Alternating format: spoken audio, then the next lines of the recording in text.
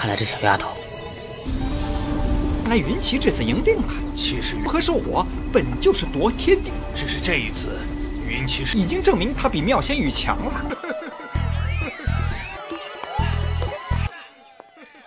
对不起，刁导师，我输了。没事，谁也不知道了2品炼丹师的行业，还有2场，齐明和你可以，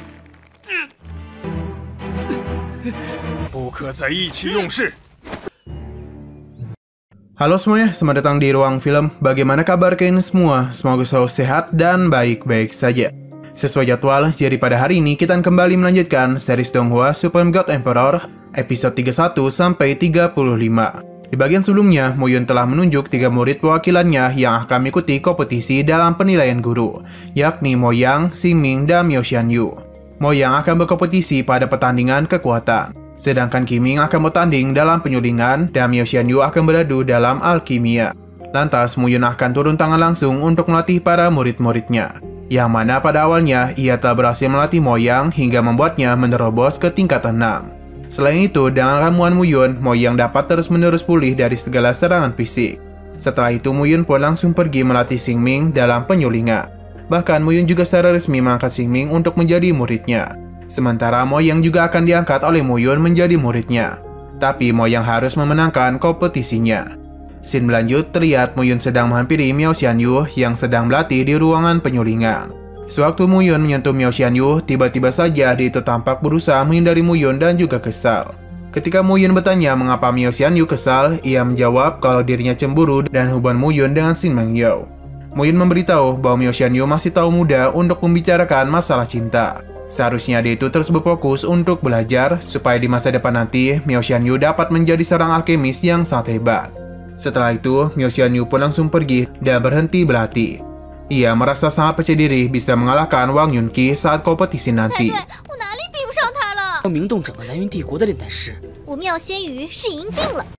Singkat waktu di Akademi Beiyun, kompetisi pun dimulai dan dihadiri banyak murid-murid. Di waktu yang sama, Diao Yandong pun datang bersama Diao Yayun dan juga Mo Hai. Ia juga langsung mencoba merendahkan Muyun dan mengatakan kalau Muyun hanya mengandalkan Xing Mangyu untuk melatih murid-muridnya.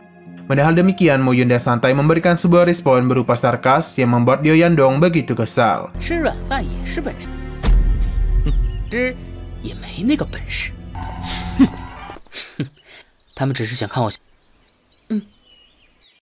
Beberapa saat kemudian, Dekan Lu memulai kompetisi yang pertama, yakni adalah alkimia, berupa memurnikan sebuah pil denyut nadi dengan esensi khusus. Siapapun yang berhasil memurnikan pertama kali dengan kualitas pil yang efektif, maka dialah yang akan menjadi pemenangnya. Menurut Xin Mangyu, pil denyut nadi adalah pil teratas di antara semua pil kelas 1. Bahkan seorang alkemis kelas 1 saja akan sangat kesulitan untuk membuatnya dengan esensi khusus. Pada saat yang bersamaan, Wang Yunqi sempat meremehkan Miao Xianyu. Ia juga mengatakan bahwa sebulan yang lalu ia telah menyempurnakan pil denyut nadi dengan 5 esensi. Dan sekarang dengan bantuan dari api bintang, Wang Yunqi merasa percaya diri akan bisa menyempurnakan pil denyut nadi dengan 6 esensi. Setelah itu, Wang Yunqi dan Miao Xianyu pun mulai memasukkan bahan-bahannya ke dalam tungku. Beberapa orang sempat terkejut melihat Miao Xianyu yang memasukkan buah Shushin terlebih dahulu ke dalam tungku. Padahal umumnya orang akan memasukkan kayu rotan terlebih dahulu. Menurut Xing Mangyu, seharusnya kayu rotan dimasukkan lebih dulu karena kayu rotan memiliki tekstur yang begitu keras dan tidak akan mungkin bisa digabungkan. Sedangkan buah Shushin adalah yang termudah untuk dimurnikan. Oleh karena itulah lebih baik tidak memasukkannya pada awal-awal pemurnian. Muyun menjelaskan dalam memurnikan pil denyut nadi, yang paling penting adalah pengembangan 7 esensi. Tujuan memasukkan buah Shushin terlebih dahulu supaya buah Shushin dapat diubah menjadi asap obat untuk mengelilingi tungku pil. Dan begitu kayu rotan akan membusuk dan pada saat pil berhasil disempurnakan, asap obat akan terserap pada kayu rotan tersebut. Akan tetapi jika terjadi sedikit kesalahan, maka pilnya akan meledak tanpa bekas dan juga menimbulkan beberapa kerugian. Para murid yang menonton kompetisi itu berpikir kalau Wang Yunqi dan Miao Xianyu memiliki kemampuan yang setara. Hanya saja pada kompetisi kali ini, Wang Yunqi dapat memanfaatkan api bintang sehingga mereka yakin kalau Wang Yunqi lah yang akan menjadi pemenangnya. 看来这小丫头，看来云奇这次赢定了。其实和兽火本就是夺天地，只是这一次，云奇是已经证明他比妙仙羽强了。 Selang beberapa saat, Wang Yunqi akhirnya selesai melakukan pemurnian. Begitu pula dengan Miao Xianyu. Baru saja selesai melakukan pemunian, Wan Yuqi lagi dan lagi mencoba merendahkan Miao Xianyu. Namun Miao Xianyu acuh tak acuh dengan ucapan Wan Yuqi.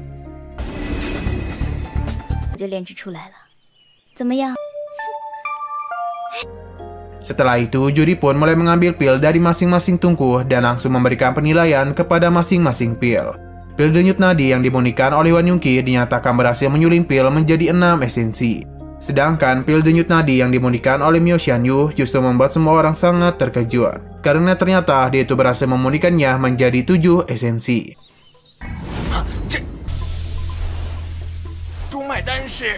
Melihat hal demikian, Wan Yuqi merasa tak percaya dan juga tak menyangka.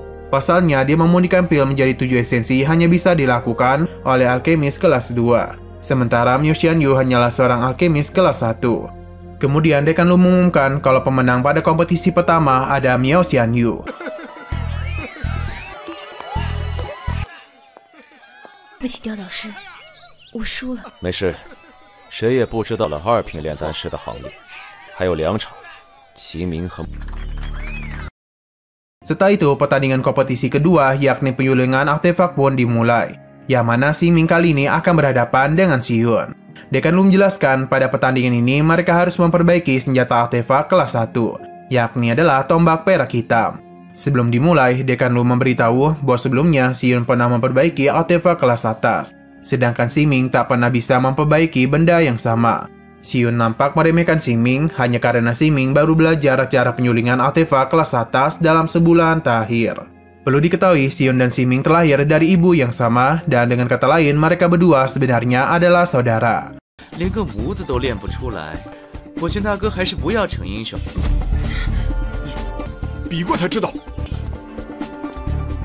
齐云和齐明，齐云生性高傲，是齐。 Saat proses penyulingan, beberapa murid yang menonton saat yakin kalau Xion lah yang akan menjadi pemenangnya. Mereka juga mengatakan dalam segi ilmu penyulingan, Xion berada jauh di atas dari Xingming. Mendengar ucapan itu, Muyun dan tampak polosnya langsung melemparkan buah-buah kecil kepada kepala orang-orang yang menghina Xingming. Pada saat Xion melihat Xingming dalam proses penyulingan tombak perak hitam, Xion merasa kalau apa yang telah dilakukan oleh Xingming tidak begitu pintar. Pasalnya, dia itu terlalu banyak menambahkan Xiwan dalam proses penyulingannya.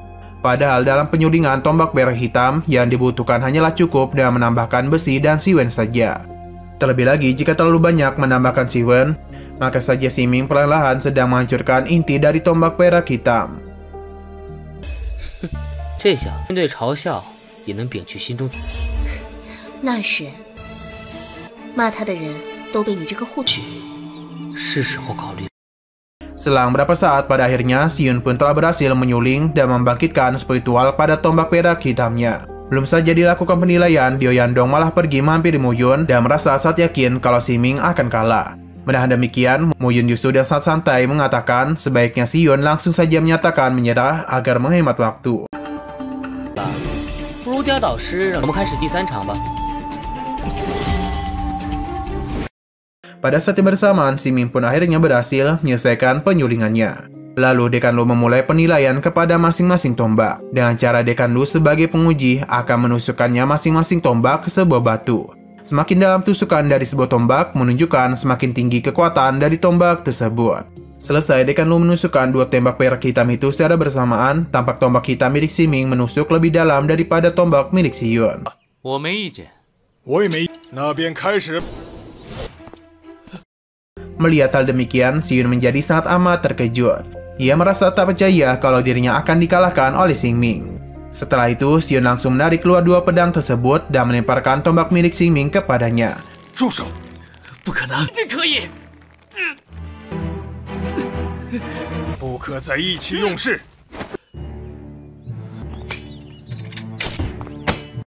Xion mengatakan kalau kekuatan sebenarnya dari artefak senjata hanya bisa dinilai dari sebuah pertempuran saja. Kemudian Xion tanpa rasa ragu langsung menyerang Xingming dengan senjata tombaknya. Lantas Xingming mencoba menahan serangan itu dan tombak miliknya sendiri. Dan tiba-tiba saja tombak Xion patah karena menghantam tombak milik Xingming.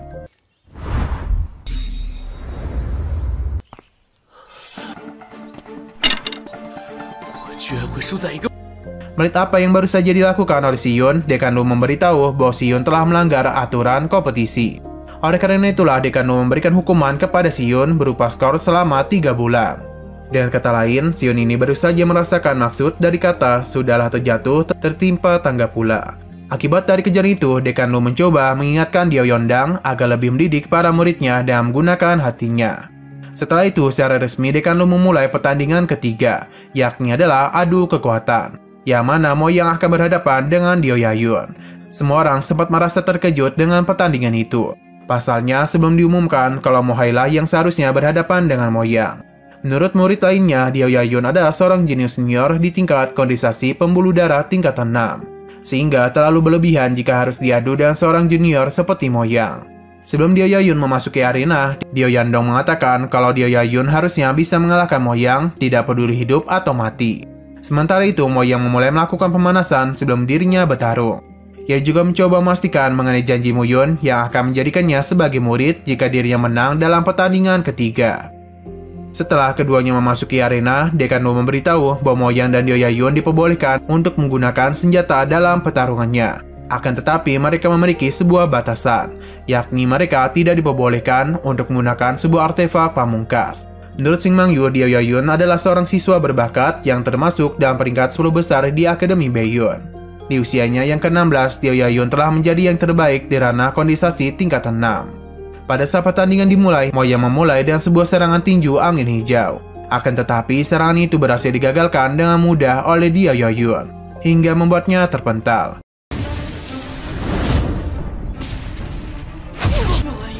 出生就注定了一世的，这些人只能沦为配。废话真多。 Pada saat yang bersamaan, Diao Yayun menjadi sangat terkejut sewaktu melihat luka pada tubuh Moyang, yang mana itu dapat sembuh sendirinya. Di waktu yang sama, Moyang langsung melepaskan sebuah jurus tinju guntur Huayun kepada Diao Yayun. Sayangnya, serangan itu berhasil digagalkan olehnya.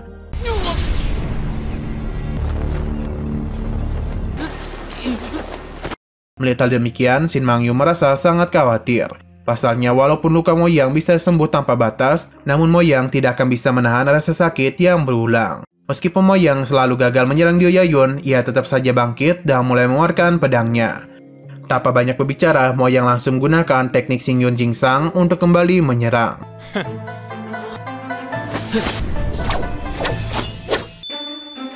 过了吗？看来青云直上。 Hingga pada akhirnya dia berhasil melukai lengan Diao Yayun dan cara menyerangnya secara mendadak dari arah belakang. Para murid yang menonton sempat merasa terkejut dengan kekuatan dari pedang Moyang, yang mana itu bisa menghancurkan pertahanan dari Diao Yayun. Kemudian Diao Yayun mulai mengeluarkan pedang miliknya untuk membalas serangan. Serangan dari Diao Yayun mengakibatkan Moyang menjadi sangat kewalahan. Sampai pada akhirnya Moyang terkena tusukan di bagian dadanya, akibatnya Moyang pun mulai terjatuh dan tak sadarkan diri. 看你能挡下我！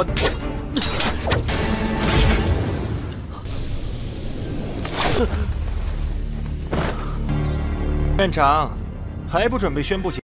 Melihat Moyang yang sudah terjatuh, Dekan Lu pun langsung mencoba mengumumkan pemenang dari pertandingan ketiga tersebut. Akan tetapi, tiba-tiba saja Moyang kembali bangkit dan tak menyerah begitu saja. Hal tersebut pun membuat semua orang menjadi sangat terkejut. Pada saat Diao Yayun kembali menyerang, Moyang pun segera menggunakan sebuah teknik makna pedang yang diajarkan oleh Muyun sebelumnya. Sedangkan dari teknik makna pedang itu membuat Diao Yayun merasa ketakutan, hingga pada akhirnya Diao Yayun pun memutuskan untuk menyerah. Dan begitu pertandingan ketiga pun dimenangkan oleh Moyang. 敬意，认输吗？认输。第四胜。 Setelah memenangkan pertandingan ketiga, Moyang langsung menghampiri Muyun dan bersujud kepadanya, sambil memohon kepada Muyun untuk mengangkat dirinya menjadi muridnya. Karena ketiga pertandingan berhasil dimenangkan oleh Muyun, akhirnya dia pun secara resmi diangkat menjadi guru kelas menengah. Di waktu yang bersamaan, Diao Yandang pun mengucapkan selamat atas promosi Muyun menjadi guru kelas menengah. Selain itu, ia juga sempat menawarkan Muyun untuk dipromosikan ke jenjang lebih tinggi, yakni adalah menjadi guru senior. Tapi dengan satu syarat, yaitu Muyun harus bertarung melawan dirinya. Padahal demikian, Dekan Lu pun mencoba mengingatkan Diao Yandong agar tidak berbicara sembarangan. karena ulah Dio Yandong sudah melenceng dari peraturan di Akademi Baiyun. Meskipun begitu, Dio Yandong tetap saja berusaha membujuk Dekan Lu agar mengizinkannya untuk melakukan hal tersebut. Ditambah lagi, para murid-murid lainnya juga sangat mendukung pertarungan Mo Yun dengan Dio Yandong. Lantas, Mo Yun tanpa gentar sedikit pun bersedia dan menerima tantangan dari Dio Yandong. 这场比赛已经足够让人意外了，已经充满了好奇。 Sebelum bertarung, Mo Yun memutuskan untuk meminjam pedang Kingsu milik Mo Yang terlebih dahulu. Setelah itu, pertarungan pun dimulai dengan serangan dari Dio Yandong, yang mana itu sempat membuat Mo Yun sedikit kewalahan. Sebelum pada akhirnya, Dio Yandong berhasil dibuat mundur oleh Mo Yun.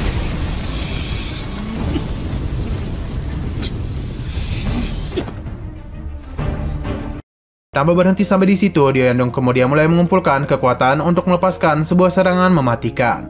Semua orang yang melihat teknik dari Dio Yandong menjadi sangat terkejut, sebab serangan dari Yandong dapat dengan mudah menghabisi Mo Yun. Bahkan Dekan Lu saja sampai tak berdaya untuk menggagalkan dan menghentikan serangan dari Dio Yandong. Lantas Mo Yun kemudian mulai menggunakan teknik bayangan pedang melawan serangan Dio Yandong. Hingga pada akhirnya Mo Yun dapat dengan cepat menghancurkan serangan darinya. Dan dia itu juga berhasil membuat Dio Yandong dikalahkan dalam sekejap.